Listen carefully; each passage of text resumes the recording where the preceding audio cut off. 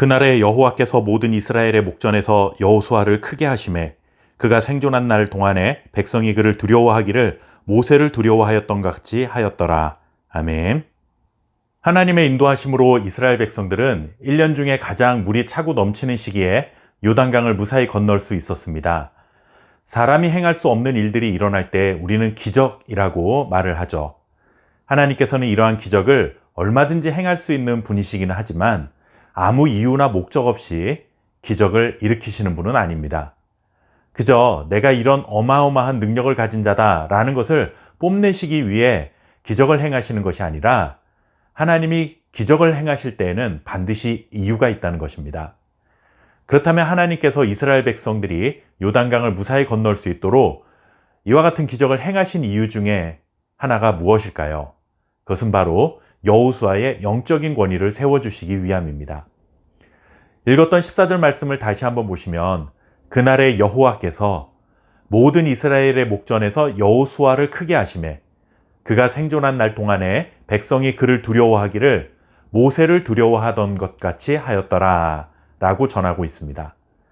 모세는 성경 속의 많은 믿음의 인물들 중에서도 가장 주목받는 사람 중에 한 사람입니다. 하나님과 직접 대면하였던 사람 중에 하나이고 틈만 나면 불평과 불신의 말들을 쏟아내는 하나님의 백성들을 이끌고 광야 40년의 삶을 묵묵히 살아낸 참 훌륭한 리더였습니다.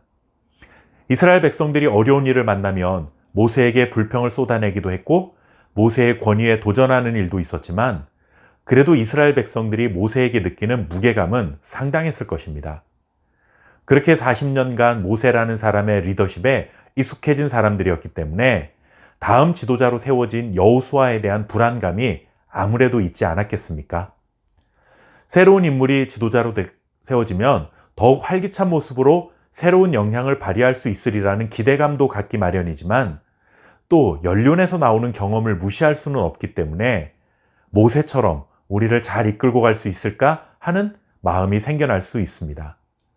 더더군다나 신의 산 꼭대기로 모세를 부르신 하나님께서는 40일간 그에게 직접 말씀을 전해주시기도 했고 모세가 기도하면 그 기도를 듣고 응답해 주시는 영적인 권위가 대단했던 사람이었는데 과연 여호수아도 그럴 수 있을까? 반신반의하는 마음도 들었을 것입니다. 그런데 우리가 기억해야 할 것은 모세가 참 대단한 믿음의 사람인 것을 부인할 수는 없지만 모세의 대단함과 위대함은 사실상 하나님으로부터 나온 것이라는 사실입니다. 하나님이 모세를 통해 일하신 것이지 모세가 여호수아보다 더 탁월한 사람이라고 함부로 평가해서는 안 된다는 것이죠.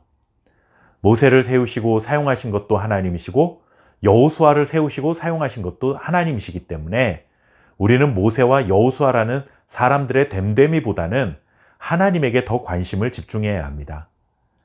그럼에도 불구하고 아무래도 사람들은 겉으로 보이는 여호수아의 모습과 모세를 비교할 수밖에 없었을 것입니다. 정복전쟁을 하기 위해서는 하나님이 지도자로 세우신 여호수아를 중심으로 이스라엘 백성들이 힘을 모아야 하는데 200~300만 명이나 되는 이 무리들 중에는 분명히 여호수아를 온전히 신뢰하지 못하는 자들도 있었을 것입니다. 그래서 하나님은 요단강을 건너는 기적을 통해 백성들 앞에서 여호수아의 영적 권위를 세워주시고자 했습니다. 조금 전에 읽었던 말씀에 여호와께서 이스라엘 목전에서 여호수아를 크게 하셨다라고 전합니다. 이 말씀은 여호수아가 이 기회를 잘 살려서 자신의 입지를 더욱 확고하게 했다는 의미가 아닙니다. 여호수아를 존귀하게 드러나게 하시고 그는 하나님이 세우신 지도자라는 사실을 확실히 알려주시기 위해 여호와 하나님께서 그를 크게 해주셨다라는 뜻입니다. 하나님께서 여호수아를 이렇게 크게 하신 결과가 무엇일까요? 백성들이 모세를 두려워했던 것처럼 여호수아도 두려워하게 되었다라고 성경이 전합니다. 여기서 두려워한다는 것은 무서워서 벌벌 떠는 피하는 것이 아니라 모세와 여호수아를 세워주신 하나님을 경외하는 마음과 태도로 그를 존중했다라는 뜻입니다. 전쟁을 앞둔 이스라엘 백성들 앞에 하나님께서는 여호수아의 영적 권위를 확실하게 세워주셨고 그를 중심으로 하나님의 약속이 성취될 수 있도록 인도해 주셨습니다. 하나님은 저와 여러분에게도 이와 같은 영적인 권위를 입혀 주셨습니다. 우리를 세상의 빛과 소금이라 칭해 주신 것이 바로 그 증거입니다.